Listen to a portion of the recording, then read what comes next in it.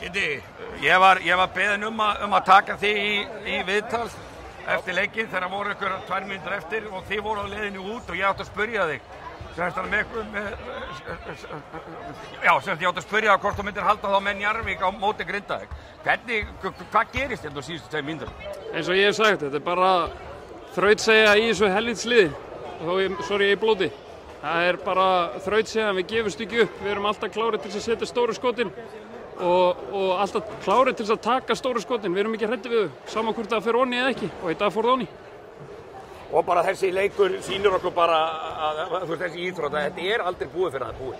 Allt moment var með Njarðvík, Finnur tekur leiki og greinilega náðan að segja einhverja rétta hluti eða eitthvað. Þið bara komuð og þið snúðu þessu við.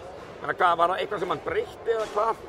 Já, við fórum breyttum aðeins varnarleiknum, fórum hátt upp á Dvein og þeim leiði ekki vel með það og kannski hefði átt að gera það fyrir í seríunni, ég veit það ekki. Hann fór illa með okkur í alla þessa seríu og hann var frábær.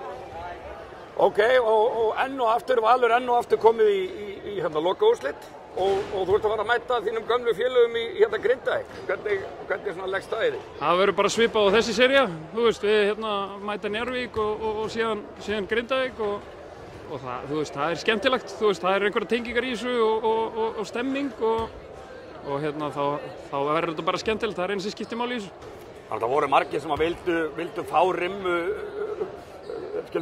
rimmuðan á suðunum sem liða, en það hefðu ansi fáir komist inn í þessu ljónagryfju, þannig að ég held að Grindvíkingar séu nú kannski bara nokkuð ánægðir að komast mun fleiri hérna, má ekki búast til fullu húsi. Það má búast til troðfullu húsi, stúkan og svalir og allt og kortsæt seti hérna allan hringinn, þannig að komast fleiri en vilja. Er þetta ekki ótrúlega flottur árangur hjá þessu valslið, menn að þið missið einn besta kanar í deildinni, ykkar helsta svona sókn af vopn og þeir eru komnir í lokaúrslit? Já, ég segi bara eins og ég sagði fyrir viðtalinu, þú veist, þetta er bara djöfis þrautseigja í þessu liði að þú veist bara missa, þú veist, 2 betri leikmenn sem spila í þessari deild.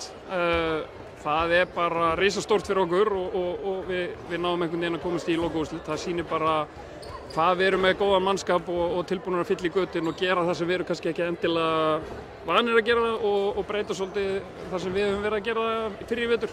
Og menn á þitt hlutverk, þú ert, já, hvað bara ykkar svona helsti, skorari, það ekki? Að þú og Tæfó kannski? Við erum svolítið bara að deila þessu á milli, það er oftast enginn, þú veist, í háum 20 stigum, þetta er meira svona kringum 15 stigin, allir í byrjunarliði og ef það gerist þá erum við að eiga góðan leik. Til lukku með þetta. Takk fyrir.